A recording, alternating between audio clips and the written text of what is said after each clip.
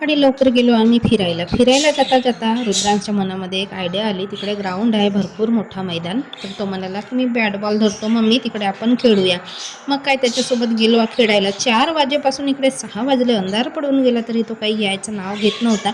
अंधार पडला तेव्हाची क्लिप काही काढली नाही, यायचं काही नाव घेत नव्हता, असा आहे. मैदानावरून आलो, हातपाय वगैरे धुतला, दिवाबत्ती लावला आणि नंतर मी लागली रुद्रांचा अभ्यास घ्यायला. अभ्यास करता करता तो सोनपापडी खायला लागला आणि सोनपापडी म्हणजे आता त्याची फेवरेट झाली आहे. रोजचा एक डब्बा तर संपतो.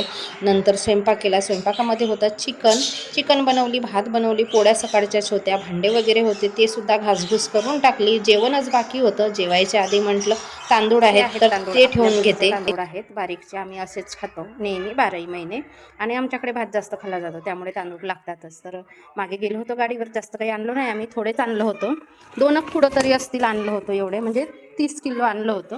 तर ते आता ठेवून गिरणीतून तांदूळ लावून आणतात. तर तांदूळ 12 महिने टिकून राहावे, खराब होऊ नये याच्यासाठी सुकवलेला पाना किंवा वल्ला पानाचा कडुलिंबचा पाला त्याच्यामध्ये ॲड करून ठेवतात. त्याच्यामुळे तुम्हाला गवत वगैरे असं पालापाचोळा दिसत असेल तांदळामध्ये. जेवण वगैरे झालं, नंतर आम्ही निघालो फिरायला. रुद्रांश आणि मी थंडीचा प्रमाण तर वाढलेला आहे, अजिबात बाहेर जायची किंवा निघायची इच्छा होत नाही. पण थोडा वेळ तरी आपलं शतपावली करायला जेवणानंतर किंवा मग सकाळी जावंच लागते.